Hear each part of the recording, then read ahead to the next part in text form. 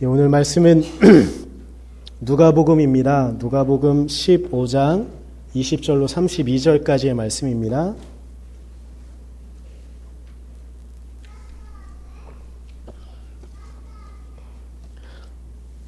누가복음 15장 20절로 32절까지의 말씀입니다.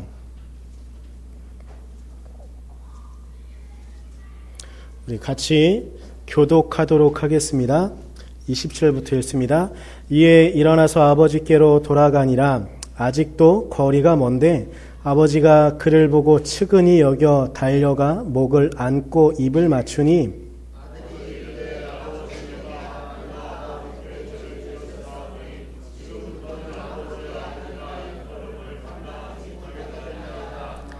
아버지는 종들에게 이르되 제일 좋은 옷을 내어다가 입히고 손에 가락지를 끼우고 발에 신을 신기라.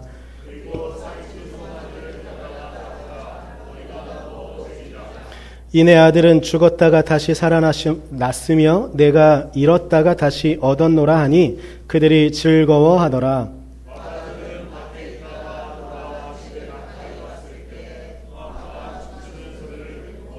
한 종을 불러 이 무슨 일인가 물은데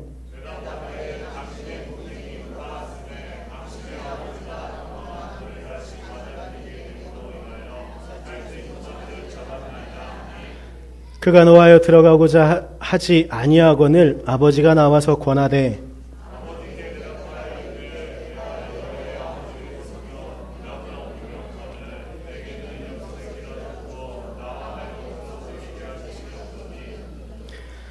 아버지의 살림을 창녀들과 함께 삼켜버린 이 아들이 돌아오매 이를 위하여 살찐 송아지를 잡으셨나이다.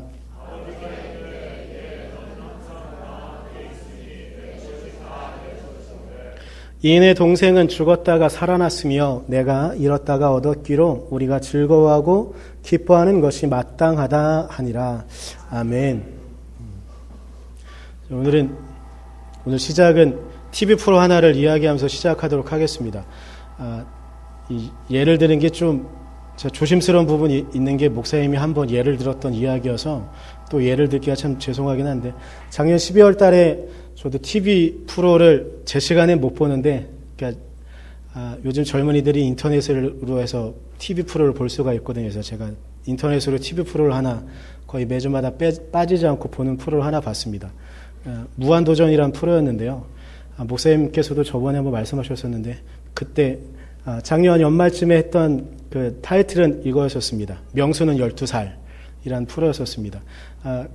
대략 간단하게 말씀을 드리면 저희 또래가 좀 어렸을 때 아마 그 장로님들, 권사님들도 어렸을 땐 다 그렇게 동네에서 다 그렇게 친구들이랑 어울려서 지냈던 것 같은데 12살쯤으로 돌아가서 그 각각의 멤버들이 어렸을 때의 놀이들을 하는 그런 거였었습니다. 마지막 장면에 박명수만 혼자 남아서 이렇게 남게 되어지는 장면이 있는데 이렇게 됩니다. 이 이야기도 목사님께서 하셨던 거라서 아이들이 놀고 있으니까 한 명씩 이름을 부르면서 집으로 오게 합니다. 밥 먹어라 하면서 불러요. 뭐 홍철아 밥 먹어라, 재석아 밥 먹어라 이렇게 하면서 한 명씩 가요. 근데 박명수만 혼자 남아서 불러주지 않으니까 그 전봇대였던 것 같은데 전봇대에서 머리를 이렇게 치면서 그냥 끝나는 장면이 있었거든요. 저는 근데 그 장면을 보면서 원래 웃음이 나와야 됐었는데 저는 상당히 슬펐었어요. 왜냐하면 제 어렸을 때 모습이 떠올랐거든요. 저도 물론 요즘 청년부나 중고등학생들은 그렇게 놀지 않지만 저도 그렇게 놀았던 세대였었고 친구들이 부모님이 부르면 다 들어가는 그런 세대였었기 때문에 참 많이 동감이 됐고 노는 장면들, 놀이를 하는 장면들 하나하나 보면서 그렇게 재미가 있었거든요. 옛 추억도 떠오르고. 그런데 마지막 박명수가 혼자 남아서 아무도 불러주지 않는 상황 가운데 혼자 있는 장면을 보면서 제가 든 생각이 뭐냐면 제 어렸을 때 저의 모습이 딱 떠올랐어요. 근데 제가 한번 제 어렸을 때 생각해 봤더니 저는 저희 어머님이 저를 부르시면서 밥 먹으라 하면서 그래서 집에 들어갔던 적이 한 번도 없는 것 같아요. 그러니까 저는 아버님이 일찍 돌아가셔서 저희 어머니께서 저를 혼자 키우셨기 때문에 그러니까 장사를 하러 다니셨거든요. 그래서 이 생각이 딱 드는데 제가 박명수 같은 거예요. 그러니까 박명수 거기서 되게 이제 좀 슬프게 나오는데 저도 왠지 동화가 돼서 나도 참 유년 시절에 박명수처럼 지낸 게 아닐까라는 생각이 들었어요. 그래서 그걸 보고 나서 다음 날인가 다다음 날쯤에 이제 그 SNS라는 그 장소가 있는데 거기에 이제 한탄하려고 글을 쓰기 시작을 했어요. 며칠 전에 무한도전을 보면서 박명수가 남아있는 모습을 보면서 난 남 같지 않아서 참 씁쓸하고 우울했다. 막 한탄하려고 처음에 글을 썼어요. 그렇게 며칠을 썼는데 갑자기 든 생각이 있어서 그 한탄만 하지 못하게 되더라고요. 어떤 생각이 떠올랐냐면 저도 마찬가지로 저희 어머님이 저를 부르시면서 기범아 밥 먹어라 이런 소리 한 번도 못 듣긴 했지만 생각해 보았더니 저희 어머님도 다른 어머님들처럼 기범아 밥 먹어라 소리를 한 번도 못 하셨다는 생각이 딱 들었어요. 그러니까 나만 억울하다고 생각할 게 아니었구나. 내 어머님도 일찍 혼자 되셔서 누이와 저를 키우기 위해서 그렇게 매일매일처럼 일하시면서 그렇게 하셨는데 생각해 보면 우리 어머님도 언젠가 저희 어머님은 제가 세상에 둘도 없는 아들이기 때문에 세상에 둘도 없는 아들의 이름을 부르면서 기범아 밥 먹어라 라는 말을 얼마나 하고 싶었을까. 그런데 내가 그걸 그때까지 모르고 있었구나라는 생각이 들었거든요. 내 어머님도 나를 보시면서 다른 어머님들처럼 해가 니역니역 지면 밥을 해놓고 아들을 부르면서 딸을 부르면서 밥을 먹어라라고 말을 하고 싶었을 텐데 나는 혼자 드는 생각에 내 어머니가 나를 그렇게 불러주지 않는 것만 억울했었구나라는 생각이 들면서 마지막엔 내 어머니한테 너무 잘못하고 있었구나. 내 어머니한테 너무나 미안하다. 이렇게 글을 마무리할 수밖에 없었거든요. 제가 오늘 설교 제목을 아버지의 눈길이라고 정했습니다. 한국 단어에 그리고 문장에는 생각해보면 참 좋은 뜻들이 있는 게 많이 있는 것 같아요. 길이라는 단어는 분명히 다른 거잖아요. 다른 단어인데 그 단어가 우리의 신체들과 관련되어져 있을 때는 상당히 역동적인 역할들을 합니다. 손길이라고 한다고 하면 손이 행하는 어떠한 역동적인 행함이죠. 때로는 손길로 나쁜 일을 하기도 하지만 대부분의 손길이라는 말을 하는 건 선한 일을 하는 것, 누군가에게 도움을 주는 것을 역동적인 그런 말들을 손길이라고 하고 발길이라는 건 또한 자신이 발길이 머무는 곳에 그 사람이 있는 것을 말해주는 것이죠. 저는 오늘 본문을 보면서 아버지의 눈길이라고 정했습니다. 오늘 본문은 다 아시는 것처럼 탕자에 대한 이야기죠. 근데 아버지의 눈길이 머물러 있는 거지 않습니까? 아버지의 눈길이 머물러서 무엇인가, 근데 제가 일부러 눈길이라고 정했던 건 그저 누군가가 하는 것처럼 멍하니 바라보는 게 아니라 바라보면서 무엇인가 행하고 있는 것, 그것을 제가 발견했기 때문이거든요. 오늘 본문을 보기 전에 저는 창세기 50장에 있는 야곱이 마지막 때, 그리고 50장 후반절에는 요셉의 마지막 때가 잠깐 나오는데 그 장면 가운데 사람들의 마음을 참 이해하지 못했던 사람들의 이야기를 먼저 하려고 합니다. 야곱에게는 잘 아시는 것처럼 12명의 아들이 있었고요. 그 중에 요셉이 11번째 아들이었던 요셉은 잘 아시는 것처럼 형제들에게 팔려서 애굽의 총리 대신이 되기도 하지요. 그런데 이런 상황들을 돌아보면서 이 형제들이, 이 10명의 형들이 불안한 마음이 드는 겁니다. 야곱, 이스라엘의 죽음이 목전에 있는 걸 보면서 불안한 생각이 드는 거예요. 과거에 자신들이 동생을 팔았던 걸 생각을 하는 거죠. 그래서 불안합니다. 불안한 마음에 이 동생의 마음도 모르고 아버지의 마음도 몰라서 이 형제들이 행한 일이 뭐냐면요. 야곱이 죽음을 맞이한 운명한 후에 바로 요셉에게 가서 이 형제들이 말을 합니다. 어떤 말을 하냐면 아버지가 유언을 남겼다. 어떤 유언을 남겼냐면 요셉 너는 과거의 일에 원한을 갖지 말고 형들에게 잘해주어라라는 유언을 남겼다라고 해요. 그 장면을 보면서 17절에 요셉은 아주 짧은 문장이지만 이렇게 대성통곡했다라고 표현이 되어져 있었습니다. 요셉의 입장을 보면 이랬을 것 같아요. 아버지도 이러는데 그 아버지마저 자신의 마음을 몰라주는 걸까라고 오해했을지도 모르겠습니다. 그러나 이건 형제들의 잘못이었던 거죠. 그런데 이 믿음의 사람 요셉은 이렇게 오해되어져 있는 상황 가운데 20절에 이렇게 고백을 해요.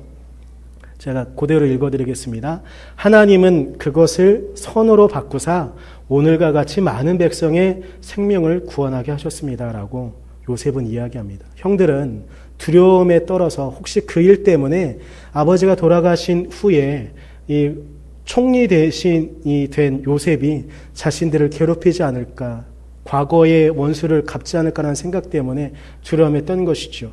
이 단어는, 이 문장은 사도 바울이 로마서 12장 21절에 악에게 지지 말고 선으로 악을 이기라라고 말하고 있는 본문을 있는 그대로 우리에게 보여주고 있는 사실이라고 볼 수가 있을 것 같습니다.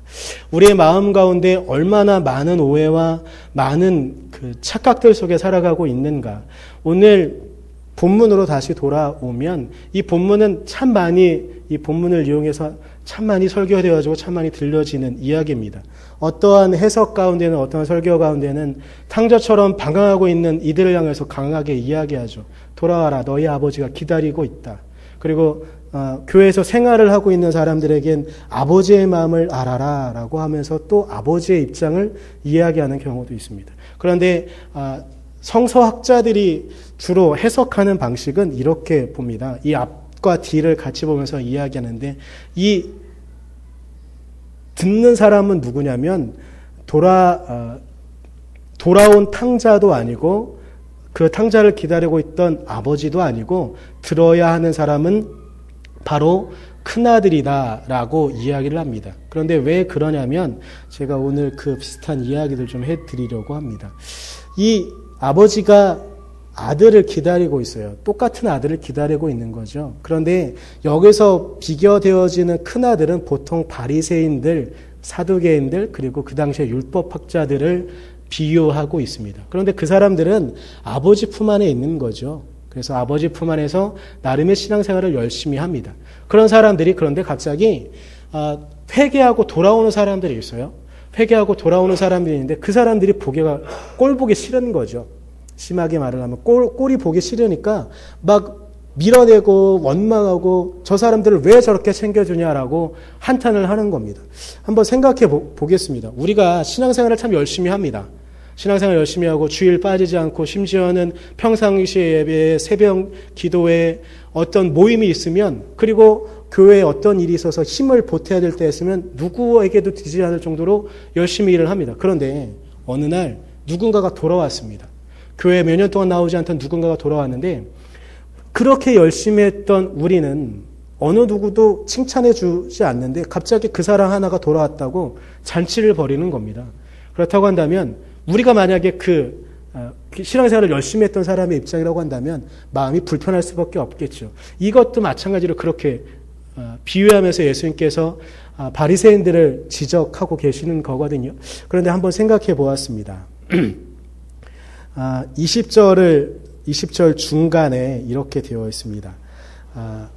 거리가 먼데 아버지가 그를 보고라고 되어 있습니다. 딱 중간에 있는 말씀인데요. 거리가 먼데 이 탕자가 돌아오는 모습을 기다리고 있었던 거죠. 이 문장 하나로 많은 사람들이 이렇게 생각합니다. 그리고 저는 이 해석이 옳다고 생각하는데 무엇이냐면, 해석을 어떻게 하든지 똑같이 해석하는 것인데 무엇이냐면, 아버지는 항상 그 아들을 기다리고 있었다라는 거였습니다. 이 해석은 참 맞는 것 같습니다. 아버지는 항상 그 아들을 기다리고 있었습니다. 그런데 여러분, 제가 이 본문을 보면서 제 머리를 쳤던 하나의 생각이 있었는데 무엇이었냐면, 이 아버지는 과연 둘째 아들만 기다리고 있었을까? 라는 거였습니다. 매일 큰아들은 자신의 땅 그리고 자신의 일터들을 위해서 매일처럼 일을 합니다. 그리고 매일 저녁이 되면 또 돌아오지요. 아버지는 물론 둘째 아들을 기다리는 그 눈빛도 있었지만, 그 눈길도 있었지만, 아버지의 마음 가운데는 굳이 큰아들에게 말할 수는 없었지만 큰아들의 그 노고를 치하하는 그 위로의 눈길이 있지 않았었을까요? 너의 수고를 알고 있다라고 말해주는 그 눈길은 굳이 입 밖으로 내지는 않았지만 너의 노고와 너가 오늘 하루 고생한 상황을 내가 일일이 챙겨주고 말할 수는 없지만 그 아버지의 눈길 가운데 그 아들을 위로해주고 그 아들의 마음을 알아주는 그러한 알아줌에 대한 눈길은 없었을까요?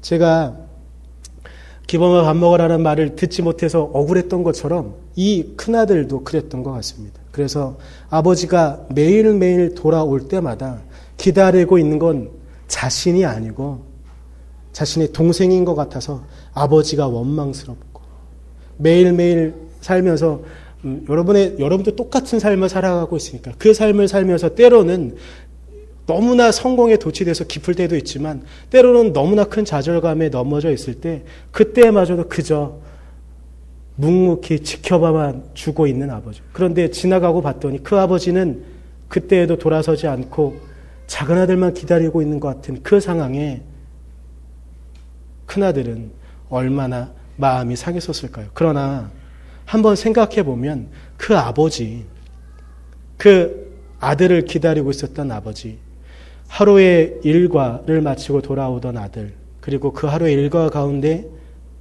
아픔을 짊어지고 오고 있던 아들, 그 아들의 마음을 아버지가 전혀 몰랐었을까요? 그 마음을 위로하고 싶고 안아주고 싶고 그렇게 함께 하고 있는 것을 큰아들에게 알려주고 싶었었을 것입니다. 그러나 큰아들은 성장하지 못해서 아직 어려서 그 눈길을 제대로 알아듣지 못했던 것이 아니었을까요? 우리가 이 땅을 살아가면서 신앙생활을 합니다. 더 나아가 교회에서 이런저런 역할들을 맡습니다. 누구와 비교해도 더 많은 일을 할 수도 있습니다. 때로는 조금 부족하지만 자신이 할 수 있는 역량에서 최고의 역량을 발휘해서 일을 하기도 합니다. 그런데 우리는 마음 가운데 내심 기대합니다. 이 정도의 노력을 하면 누군가 알아주겠지. 그리고 누군가 칭찬해 주기를 바랍니다. 그러나 그러한 알아줌, 그러한 칭찬이 우리가 원하는 만큼 나오지 않으면 우리의 마음은 과연 어떻게 행동을 하게 만듭니까? 저 사람이 나의 마음을 못 알아준다. 내가 하고 있는 것을 전혀 인정해주고 있지 않다. 라고 하면서 원망하고 있지는 않습니까?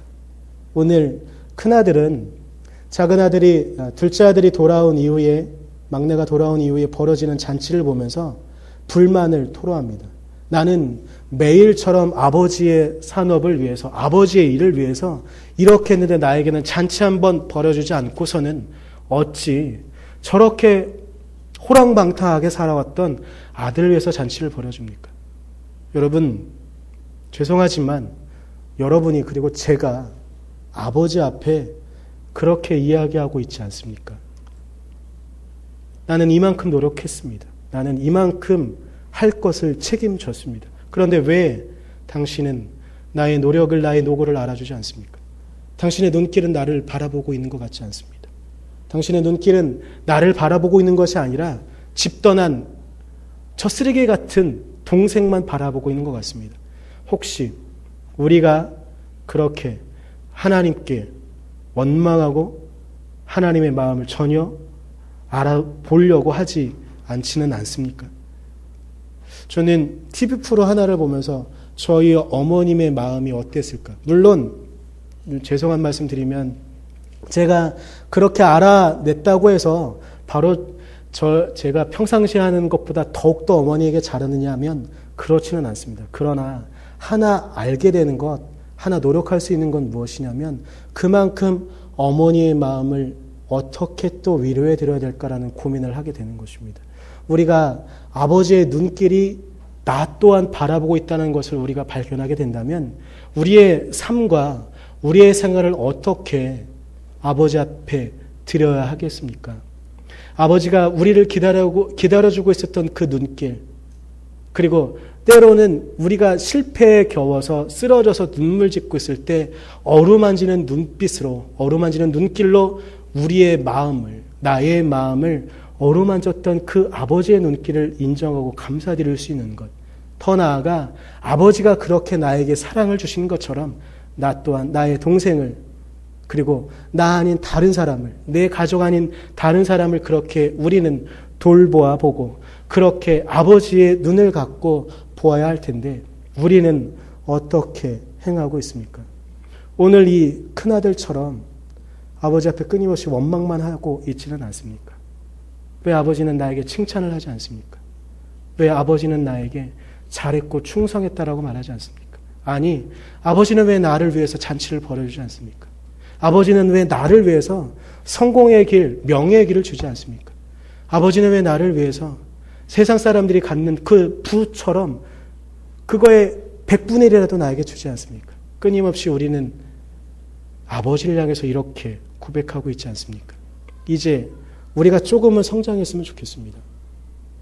조금은 성장해서 아버지가 나를 그렇게 그 아버지의 눈길로 나를 그렇게 어루만져 주고 있었다. 그리고 그 눈길 가운데 아버지께서 나를 인정해 주시고 나를 안아주시고 나를 품어주셨다라는 그 사실을 그분 앞에 감사함으로 고백드릴 수 있는 우리가 되었으면 좋겠습니다. 그래서 이 큰아들처럼 아버지의 마음을 더욱더 아프게 하는 것이 아니라 요셉의 형제들처럼 형제의 마음을, 아버지의 마음을 더욱더 아프게 하는 것이 아니라 진정 우리를 이 땅에 보내신 하나님의 마음, 그 하나님의 눈길, 그 눈길을 온전히 감사함으로 고백드릴 수 있고 우리의 삶 가운데 그 아버지의 눈길을 우리가 또한 가질 수 있는 우리가 되었으면 좋겠습니다. 기도하겠습니다.